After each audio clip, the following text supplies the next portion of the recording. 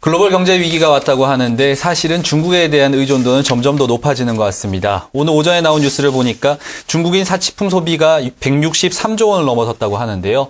유로화의 약화는 중국으로서는 수혜죠. 일단은 중국 경제에 대해서는 잘 체크해 보셔야 될 것 같습니다. 주식시장도 경기가 좋아지면서 상승할 수 있기 때문에 반등에 대한 기대감을 열어두고 잘 지켜보자는 말씀이었습니다. 잘 체크해 보시기 바라겠습니다. 네, 자 이번에는 일본 쪽 얘기를 해보겠습니다. 지난주 일본 총선이 마무리가 됐죠. 자민당의 압승으로 좀 끝났는데요. 대표님, 이 자민당의 압승 우리 시장에 미치는 영향은 어떻게 될까요? 가장 여기서 이제 핵심적 내용은요. 결국은 엔화의 흐름이죠. 엔달러 흐름이고요. 그리고 이제 그 엔달러 흐름 자체는 자민당이 압승할 경우에 통화 공급을 양적완화, 일본 양적완화 하겠다. 이런 측면에서 이제 엔달러 흐름이 굉장히 좀 중요한 건데요. 실제로 뚜껑을 열어보니까 전체적인 의석이 480석인데요. 이 중에 300석 이상을 넘어서면서 육박하면서 이 절대적인 안정석을 넘어섰다 이렇게 말씀드릴 수 있고요. 우리가 시장에서 지금 절대 안정 의석이라고 보는 것이 269석입니다. 따라서 초감에 따라서 자민당의 권한이 좀 더 커지고 상임 위원장이죠. 위원장도 거의 과반을 독식할 수 있는 구조에 따라서 이 자민당 중심의 이 양적 완화가 좀 더 본격화될 수가 있다. 그렇다면 통화정책위원회에서도 추가적인 양적 완화를 집행하는 것이 아닌가. 그러면 이런 것들을 종합해 볼 때 결론적으로 볼 때 이 엔달러가 일시적으로 85엔을 상향 돌파할 수 있고요. 그리고 원달러 같은 경우는 그 100엔당 한 1250원대 가면서 제가 볼 때 좀 단기적으로 안정될 거 보는데 자민당이 너무 급등을 했죠. 그러니까 압승을 했죠. 압승하면서 이 엔달러의 움직임도 좀 심상치 않을 거라서 이 안정적인 것들은 내년 좀 2분기 이후로 좀 하는 것이 아닌가. 그러면 이런 것들을 국내 기업들이 좀 주의하면서요. 시장에 접근할 필요가 있고 그런 측면에서는 자동차한테는 조금 더 부정적인 요인이 좀 단기적으로 좀 떠오르는 면이 있습니다. 따라서 중국 시장이 좋아지고 이 엔달러의 모습이 이렇게 나온다 그러면 자동차는 약간 좀 단기 조정 보일 수가 있고요. 여전히 중국 중심의 주도주들인 조선이나 화학이나 이 관련된 건설업체들이 조금 더 상승할 수 있는 것이 이 연말 분위라고 정리해서 말씀드릴 수가 있습니다. 시장에서 나오다 보니까 이슈에서는 수혜 업종과 피해 업종 따지기가 굉장히 바쁜 것 같습니다. 대표님도 언급해 주셨지만 완성차 업종에 대해서는 굉장히 단기적인 피해를 볼 것이다 예상이 되고요. 네. 또 자동차 부품주들은 오히려 또 수혜를 볼 것이다라는 의견이 많이 나오고 있는 것 같은데 어떻게 보십니까?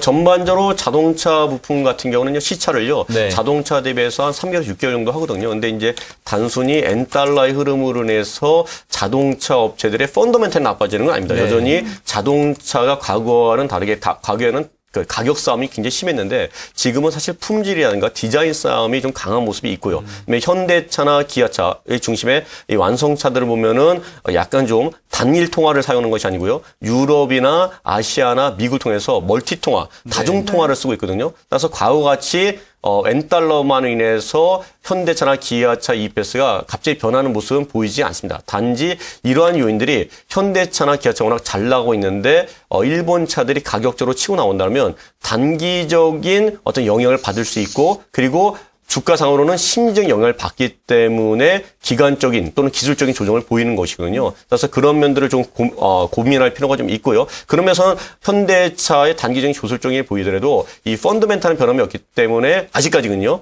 자동차 부품업체들이 조정을 받지 않는 모습이 보이다. 그리고 또 지난번에 연비 문제 때문에 자동차 부품업체들이 조정을 굉장히 많이 받았거든요. 네. 그래서 추가적인 조정은 많지는 않은데 단지 그 후로 반등했던 그 상승세는 좀 주춤할 수 있죠. 따라서 좀 시점상으로 보면은 3개월에서 6개월 정도 보면 엔달러 흐름이 좀 안정화되기 때문에 단기적인 이벤트로 자동차나 자동차 부품업체한테 마무리될 것으로 판단하고 있습니다. 네, 완성차 업체들 엔화 약세에 따른 단기적인 조정은 좀 나타날 수 있겠지만 펀더멘탈상의 좀 변화가 있는 것은 아니기 때문에요. 크게 우려하시진 않으셔도 될 것 같습니다. 자, 마지막으로요. 최근 장을 보면 경기 민감주들이 강하게 올라오고 있잖아요. 그중에서도 오늘은 은행 업종에 대해서 좀 얘기를 나눠볼게요. 은행 관련 종목들도 지난주에 꽤 큰 상승세를 보였는데요. 그렇죠. 예. 대표님, 이 경기 상승에 대한 기대감이 있는 건가요? 그렇게 있다고 말씀드릴 수 있습니다. 결론적으로 말씀드리면요. 그래서 지난주에 보면은 은행업 지수죠. 절대 주가로 보면 5% 가까이 올랐고요. 상대 주가로도 보면 3% 가까이 3% 정도 상승하는 모습을 보이는데요.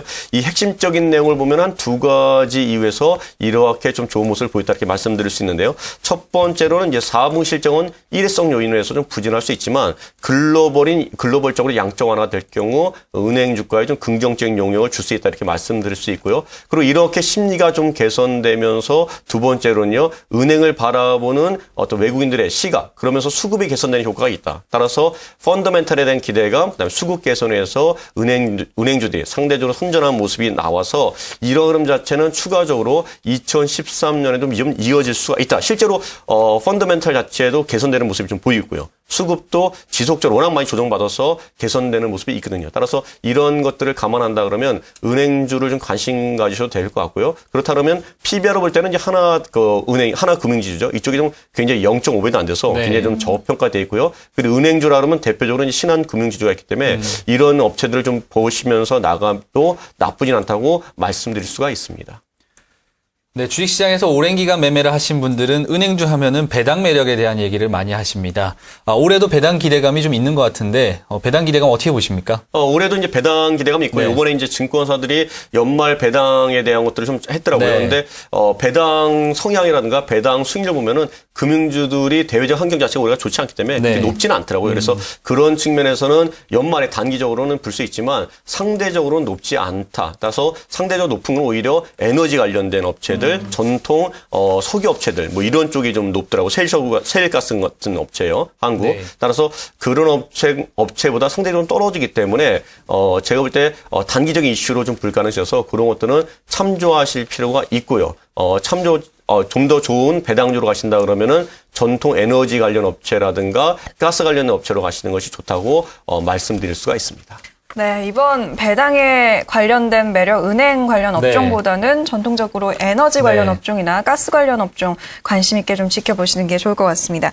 자, 이제는요, 오늘 얘기를 나눴던 이슈들 다 총합해서 이번 주 한 주간의 전략을 좀 세워보도록 하겠습니다.